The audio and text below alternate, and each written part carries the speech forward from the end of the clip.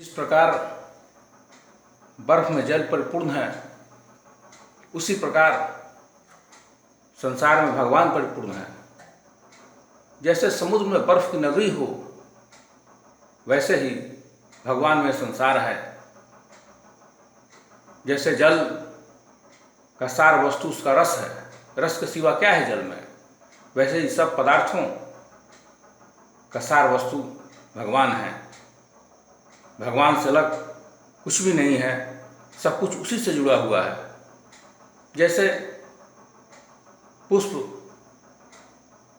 माला, ये सब किससे गूंथे हुए हैं? माला गूंथा हुआ है धागे से। धागे से अलग माला का अस्तित्व नहीं हो सकता। जितने भी मालाएं, पुष्प हैं, सभी धागे से गूंथे हुए हैं, तभी माला कहलाता है। वैसे ही यह पूरा जगत, जड़, चेतन, सजीव, निर्जीव, ये सभी ईश्वर से गूंथे हुए हैं। जिस प्रकार माला धागा से गूंथा हुआ है, जो सजीव है या निर्जीव है, सभी परमात्मा से वैसे ही जुड़े हुए हैं। माला की तरह पूरा ब्रह्मांड एक माला है और ईश्वर एक धागा है। इस ईश्वर से अलग कुछ भी नहीं है।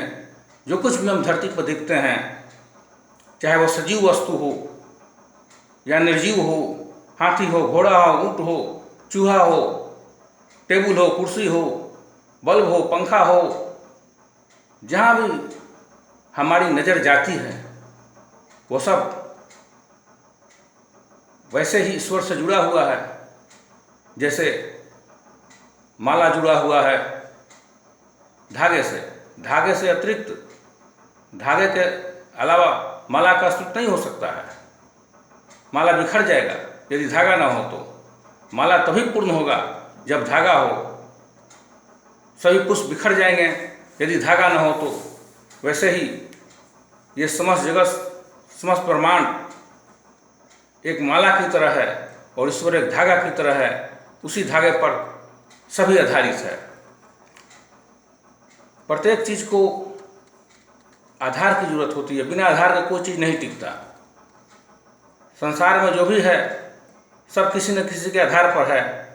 जैसे आप कैलेंडर टांगते हैं तो उसका आधार खूंटी है, खूंटी का आधार दीवार है।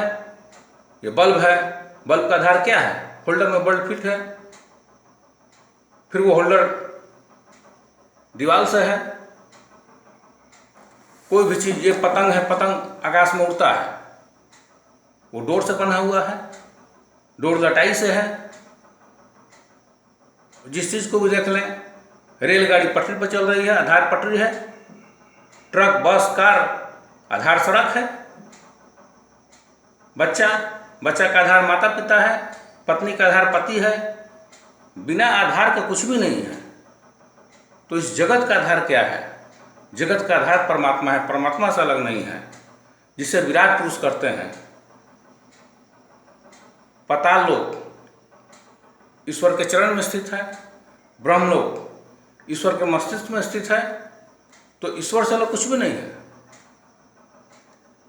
पूरा जगत परमात्मा में ही स्थित है। परमात्मा से अलग इसका अस्तित्व नहीं है। ये समस्त जगत परमात्मा से जुड़ा हुआ है। स्वर्ण के बने आभूषणों में जिस प्रकार स्वर्ण तत्व एक ही होता है। आप सोने का चैन बना लीजिए, या फिर सोने का अंगूठी बना लीजिए, सोने का कंगन बना लीजिए, सबों में स्वर्ण तत्व तो एक ही है। भले आकार विभिन्न है, डिजाइन अलग हो सकता है, उसके दाम अलग हो सकता है, मगर जब सोना से बना है तो सब में सोना तत्व एक ही होगा। उसी प्रकार ईश्वर से उत्पन्न समस्त पदार्थों में, समस्त जीवों में वो ईश्वर तत्व एक ही है। ईश्वर से अलग कुछ हो ही नहीं सकता है। जिस प्रकार स्वर्ण के बने आभूषणों में स्वर्ण तत्व एक है, उसी प्रकार ईश्वर से उत्पन्न समस्त जीवों में, समस्त पदार्थों में ईश्वर तत्व एक ही है।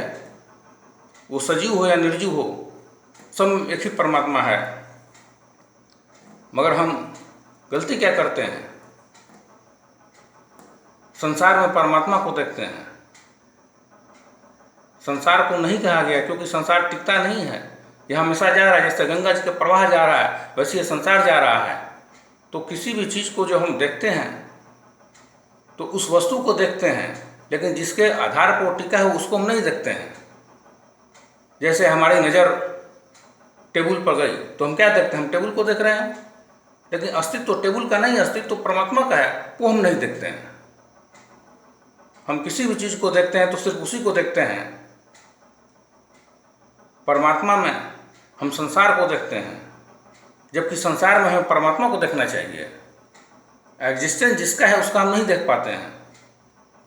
जैसे रस्सी में सांप का भ्रम होता है, हम रस्सी देखते हैं, शाम का वक्त हो, रात का वक्त हो तो लगता है कि सांप पड़ा हुआ है, लेकिन एग्जिस्टेंस रस्सी का है, रस्सी का अस्तित्व सांप में दिखता है अपना तो रस्सी का है, सांप का तो भ्रम केवल है। उसी प्रकार इस जगत में केवल भ्रम है, एग्जिस्टेंस तो परमात्मा को है, मगर परमात्मा का है अपना संसार में संसार रूप से दिखता है।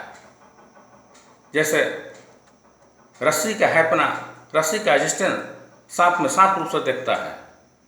तो हम कुछ भी देखें उसमें उसके एग्जिस्टेंस को देखें कि उसका अस्तित्व क्या है, तो अस्तित्व सब चीज़ का परमात्मा है।